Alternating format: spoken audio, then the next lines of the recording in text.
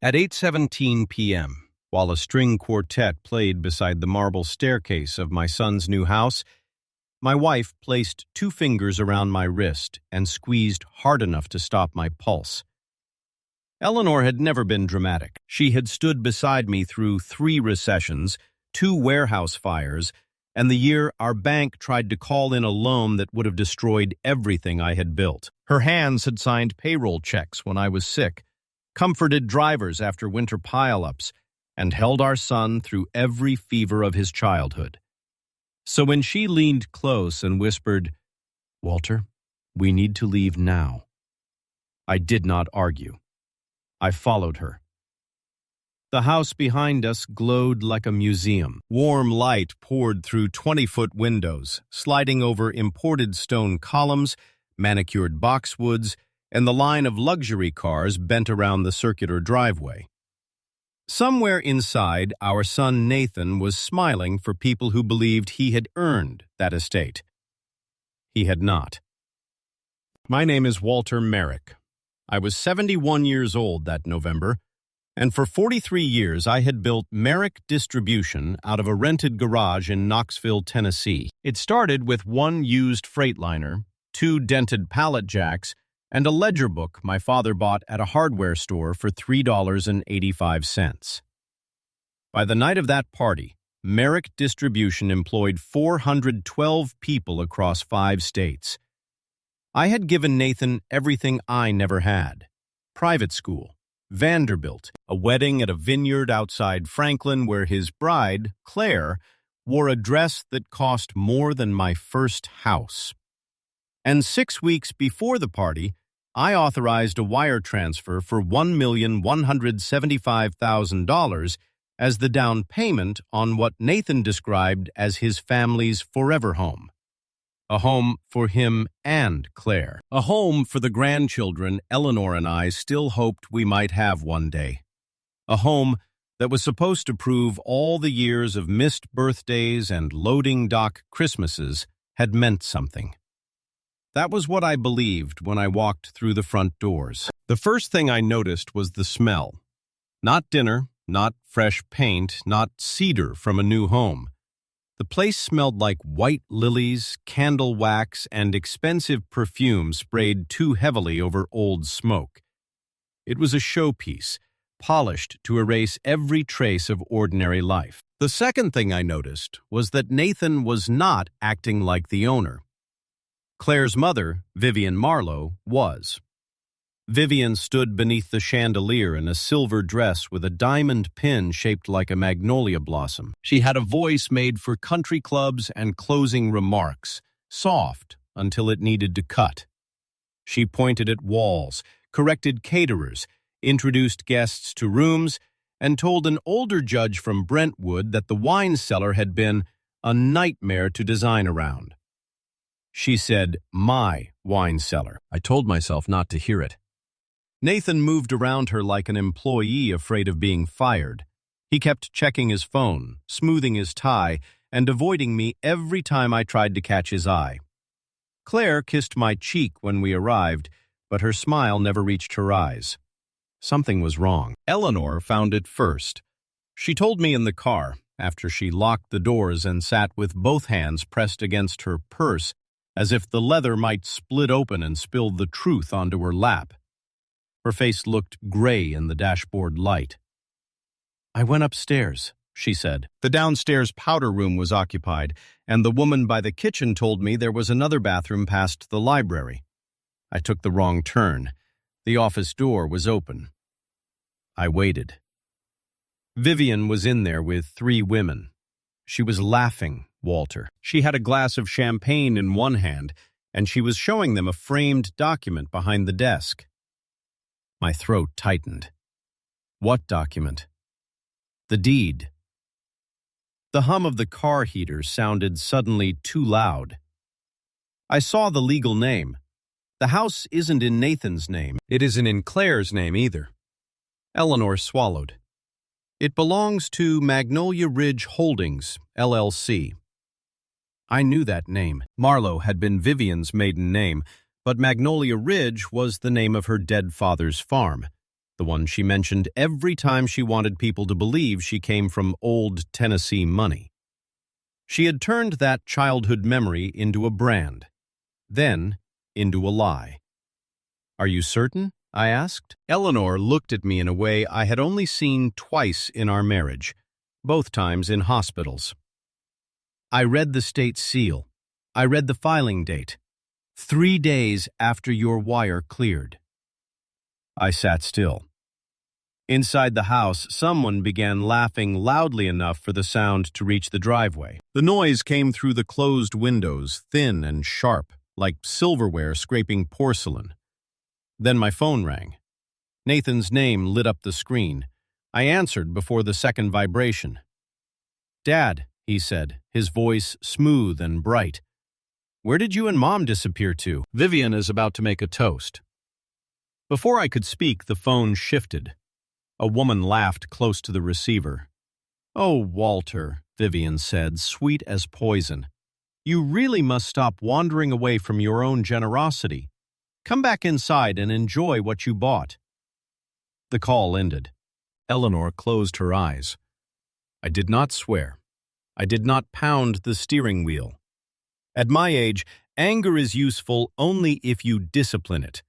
Left loose, it burns the wrong house down. I drove home at exactly the speed limit. At 2:06 a.m., I sat alone in my office above the old Knoxville terminal. The building smelled of stale coffee, printer toner, and diesel that had settled permanently into the concrete floors. My desk lamp threw a yellow circle over the same oak desk where I had signed my first fleet insurance policy in 1983. I opened the Williamson County Property Database. It took 9 minutes. Parcel 094-18-771. Purchase price, $2,640,000. Grantee, Magnolia Ridge Holdings, LLC. Registered agent, Vivian Elaine Marlowe. Mailing address, a private post office box in Brentwood. No Nathan, no Claire. I printed everything. Then I pulled the wire file. Nathan had requested the transfer through our family office account, calling it Residential Acquisition Assistance. He had attached preliminary purchase documents showing his name and Claire's name as joint buyers. The preliminary documents carried the signature block of a closing attorney in Nashville, but the final recorded deed told a different story, a very expensive different story. At 6:40 a.m., I walked into Merrick Distribution headquarters. The first shift had already started. Forklifts beeped in reverse behind the loading bays, and the dispatch room smelled like burnt coffee and wet cardboard from the rainstorm that had come in overnight. I did not go to my office. I went to Nathan's. He was our chief financial officer because I had made him one. I had told myself that blood deserved trust. I had told our board that he was sharp, educated, modern, and ready to carry the company into the next decade. I had mistaken polish for character. That mistake was mine. Nathan looked up from his screen when I opened his door without knocking. He was wearing a navy suit and a watch I knew cost $18,700 because he had used a corporate rewards card to buy it and claimed it was executive client presentation attire. "Dad," he said, "you're early." I placed the property records on his desk. The color left his face so quickly I almost felt sorry for him. Almost. "Explain Magnolia Ridge Holdings," I said. He stared at the first page, then the second. His mouth opened, closed, opened again. No words came out because truth has a way of strangling rehearsed confidence. Then Claire walked in. She had 2 coffees in a cardboard tray and the brisk, annoyed expression of someone inconvenienced by exposure. She saw the documents and stopped with one heel still in the air. "Walter," she said, "you went through public records?" I looked at her. "That is what public records are for." Her eyes hardened. "It was a gift. You gave the money to your son. Once you give something, You do not get to control how adults structure their financial lives. Nathan picked up the rhythm immediately. He leaned back, as if he had regained possession of the room. Dad, you're misunderstanding this. Vivian's accountant set it up as a temporary holding vehicle. There are tax consequences you and Mom wouldn't understand. In 90 days, the LLC transfers the home to us. Clean, efficient, protected. He pushed a folder toward me. It contained charts, depreciation schedules, gift tax summaries, a page titled Intergenerational Asset Protection Strategy in a font large enough to impress a fool. I had spent 4 decades negotiating credit lines, acquisitions, equipment leases, union contracts, and IRS audits. I knew what a legal structure looked like. I also knew what fraud looked like when someone dressed it in expensive paper. This was fraud in a silk tie. Claire lowered her voice. My mother took on liability to protect us. She has been working with professionals for weeks. You embarrassed her last night. You embarrassed us. Nathan nodded.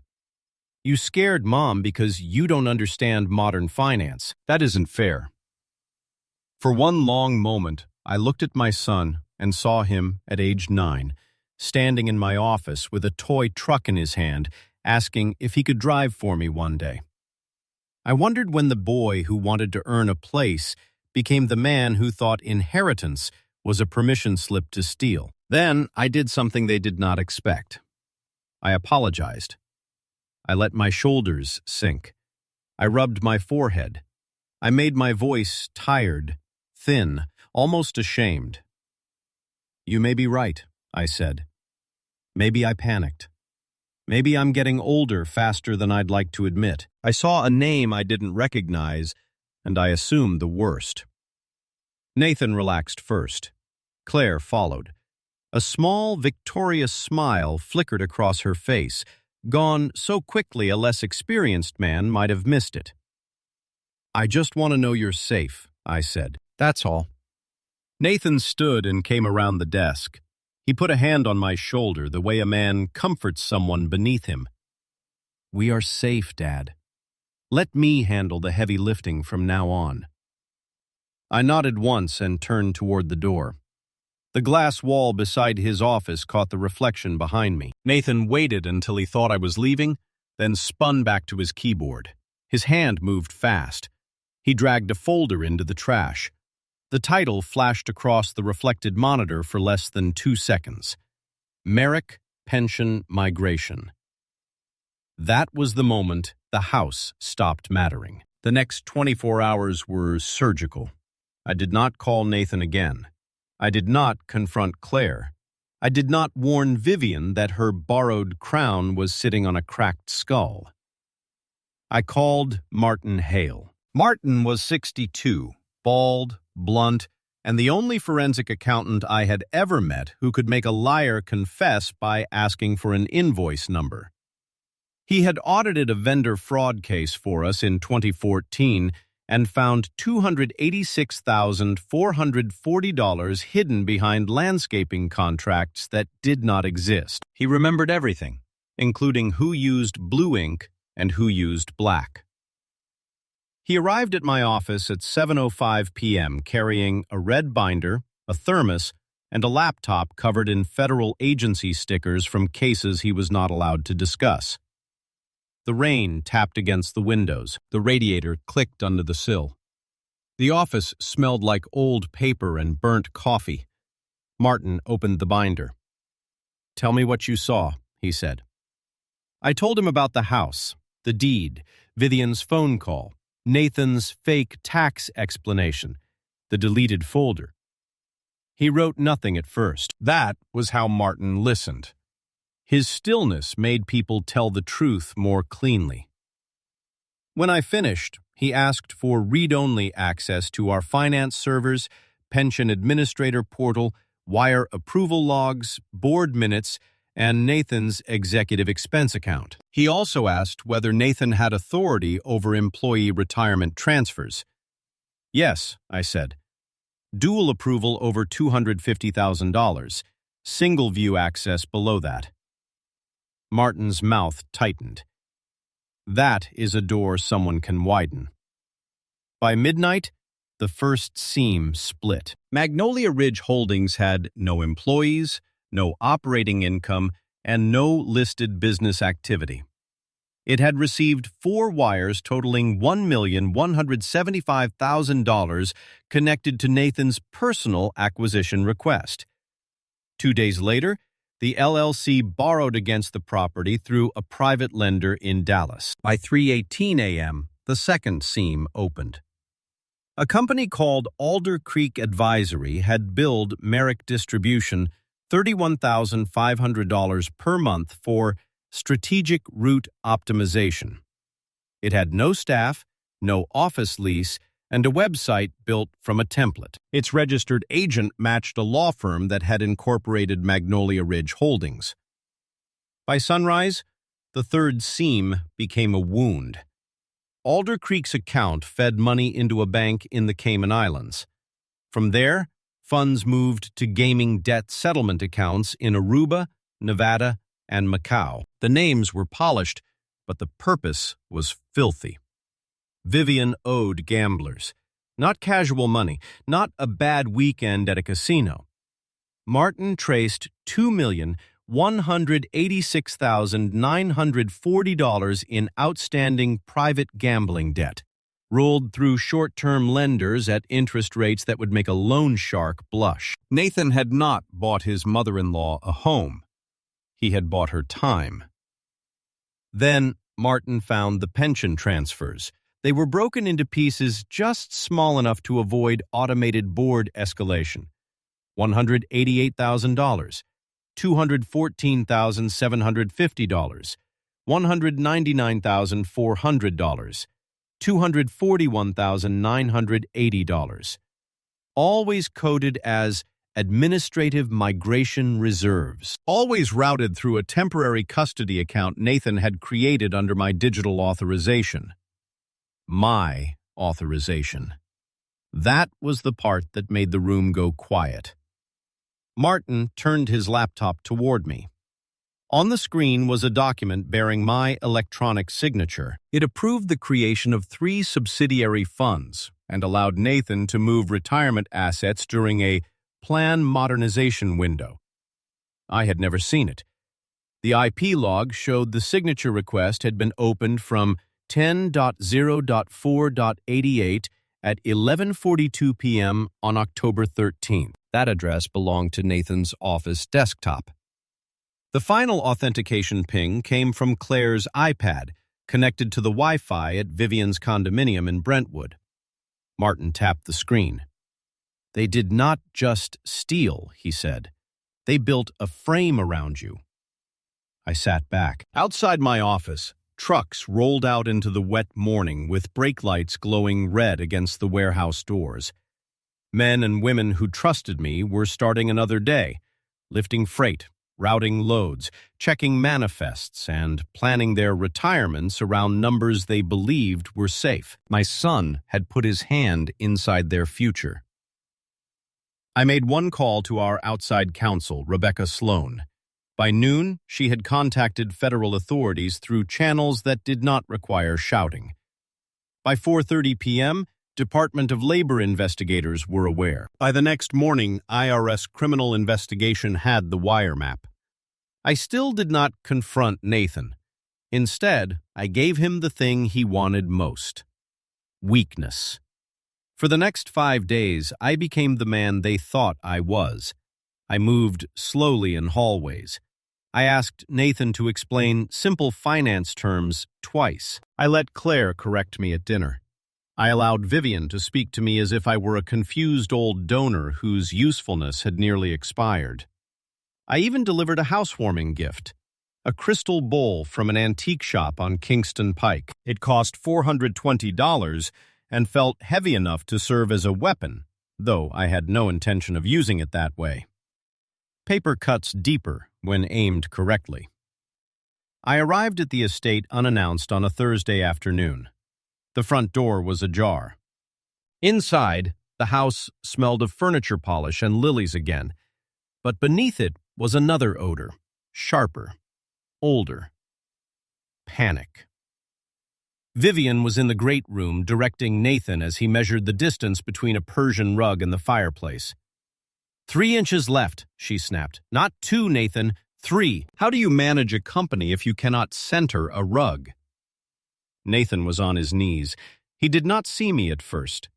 He held the measuring tape with both hands, his face tight with humiliation. Vivian stood above him holding a cup of tea, her diamond bracelet flashing each time she pointed. The CFO of my company looked like a servant in the house my money had purchased. Then my shoe clicked against the marble. Nathan jumped up so fast the tape snapped back and cut his thumb. Vivian turned, eyes narrowing. Claire appeared from the kitchen wearing white linen and suspicion. "Walter," Claire said, "you should have called." "I wanted to apologize properly," I said, lifting the crystal bowl. Vivian smiled with one side of her mouth. "How thoughtful. Place it in the library. We are still deciding whether it suits the room." I obeyed. I walked into the library, placed the bowl beneath a shelf of decorative books no one had opened, and looked at the framed deed hanging behind the desk. Magnolia Ridge Holdings, Vivian Elaine Marlowe. Recorded at 9:14 a.m. on October 6th. I took no picture. I did not need one. The red binder already had certified copies. On the way out, Claire stopped me near the foyer. "Nathan and I are worried about you," she said softly. Her voice changed when she performed compassion. It became smoother, slower, as if she were speaking to a nervous horse. "You've been confused lately. The accusation in Nathan's office, leaving the party suddenly, getting upset over normal paperwork. It frightened us." I looked at her. "Did it?" She placed a hand on my arm. "We love you. That is why we think you should consider letting Nathan take a larger, formal role. Maybe temporary power of attorney, just until you rest." There it was, the hook under the velvet. I let my face go empty, then tired. "Maybe you're right." Claire squeezed my arm. "We only want what's best for the family." Family is a word thieves love because it unlocks doors money cannot. The next day, I left a document on my office desk labeled Transitional Executive Authority. It looked official because Rebecca Sloan drafted it to look that way. It suggested I was prepared to grant Nathan temporary operational control of Merrick Distribution due to age-related fatigue. It also contained 3 deliberate errors. The conference room thermostat clicked every 11 minutes. The hidden cameras captured at 4K resolution. The microphone beneath the credenza recorded every word. At 9:56 p.m., Nathan used his master key. Claire came with him. They entered with the nervous speed of people who believed they were smarter than locks. Nathan went straight to the desk. Claire closed the blinds. Her perfume reached the camera microphone before her voice did. "Is that it?" she whispered. Nathan lifted the document. "Yes." "He'll sign?" "He thinks I'm protecting him," Nathan said. "He's embarrassed. Old men hate embarrassment more than they hate being robbed." Claire laughed once, a small sound. Enough. They read the document together. Nathan noticed the power transfer language and exhaled. Claire asked how soon they could move the remaining pension reserves. Nathan said the external audit was in 19 days, and if they got authority before then, he could restructure the accounts and make it look like I ordered everything. Claire asked about the medical petition. Nathan told her Vivian's attorney had a draft ready. "Dementia?" Claire asked. "Cognitive decline," Nathan said. "It sounds kinder. The judge only needs emergency concern, not proof." Claire nodded. "Once he's in the facility, Eleanor can't interfere?" "Not if the order names me temporary conservator." The room stayed quiet after that on the recording, except for the hum of the vents and the soft scratch of Nathan folding the document into his jacket. Martin Hale watched the footage with me the next morning. He did not smile. Rebecca Sloan watched it twice, then said, "That is conspiracy." The federal agents watched it once. They had enough. But I asked for one more day, not for revenge. Revenge is messy. It splashes and stains. I wanted every lie in one room, under good lighting, in front of the people Vivian had spent years impressing. She provided the stage herself. On Saturday evening, Vivian hosted what she called an estate blessing dinner.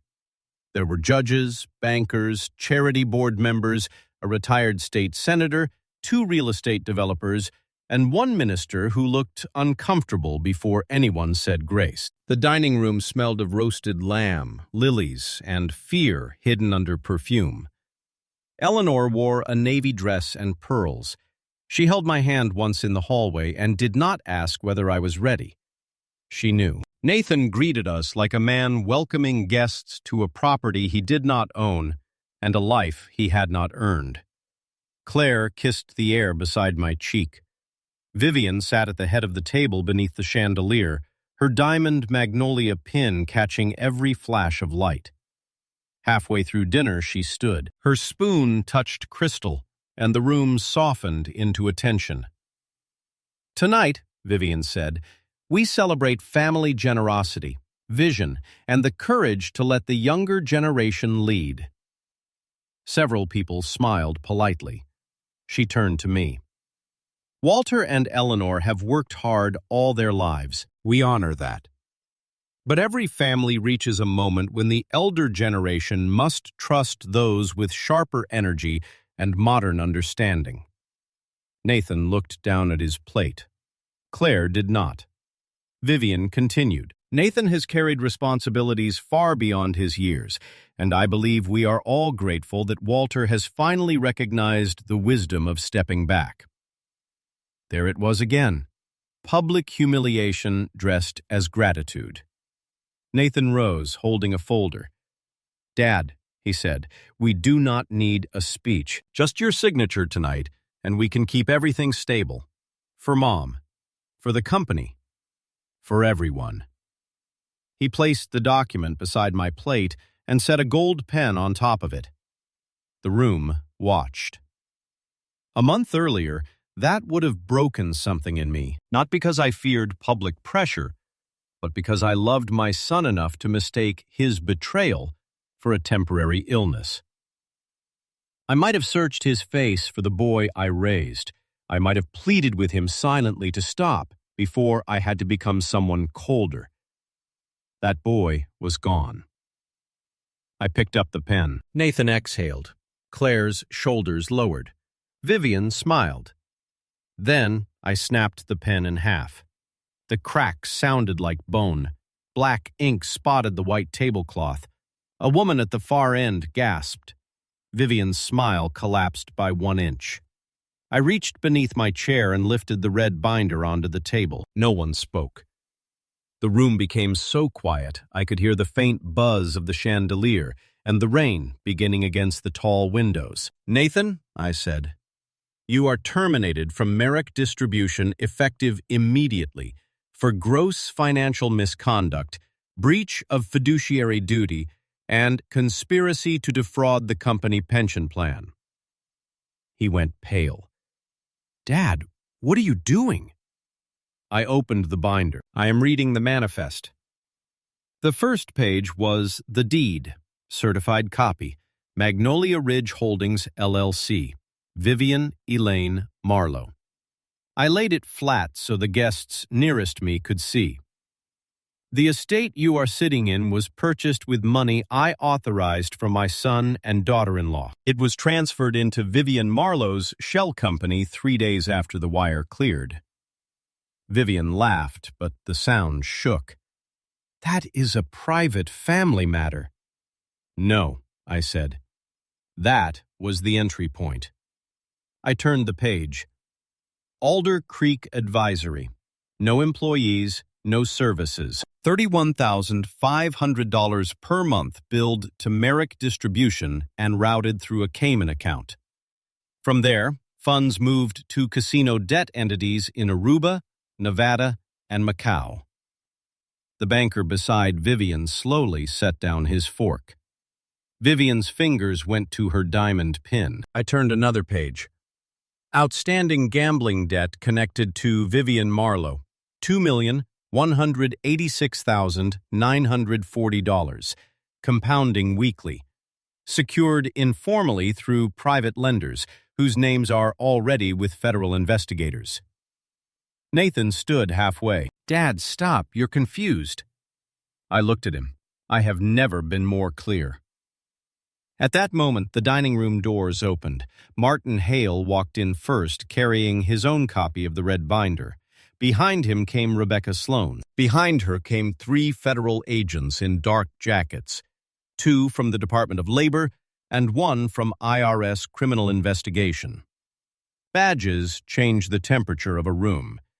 Vivian stepped back so quickly her chair struck the wall. I continued.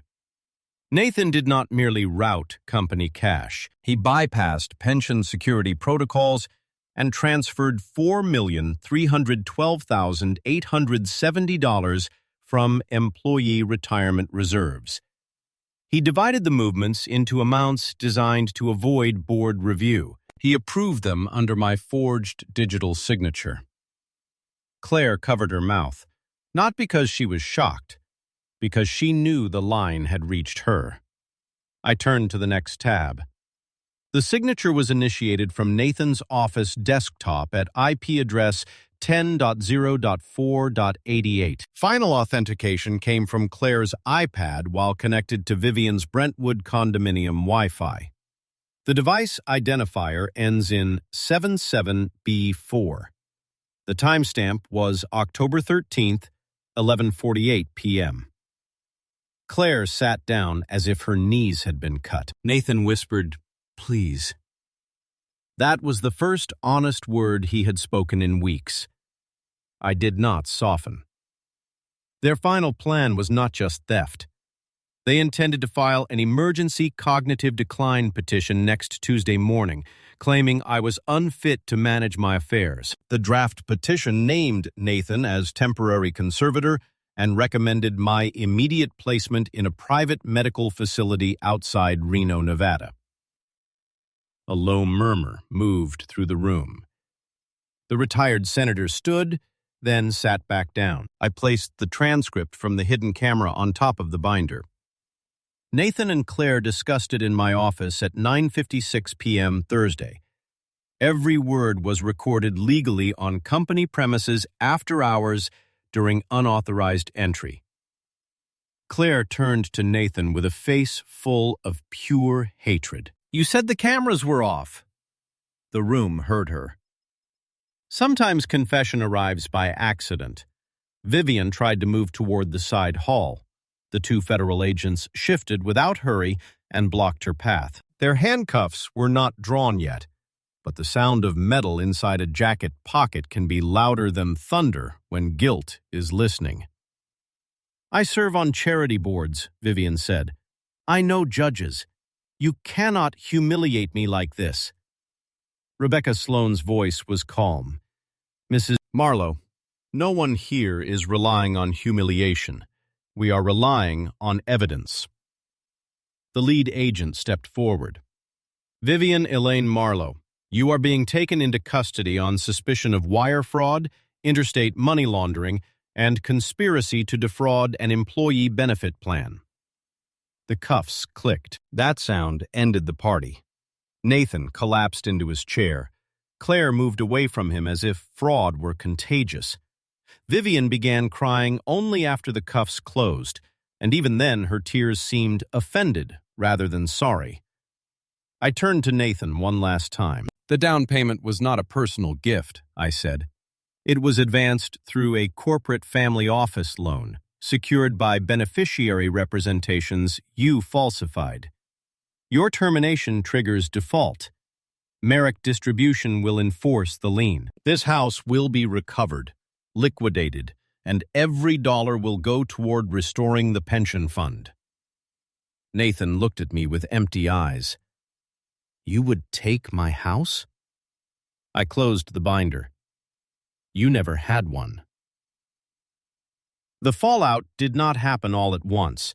Real consequences rarely do. They arrive as envelopes, notices, frozen accounts, canceled memberships, unanswered calls, and the sudden discovery that people who loved your parties never loved you.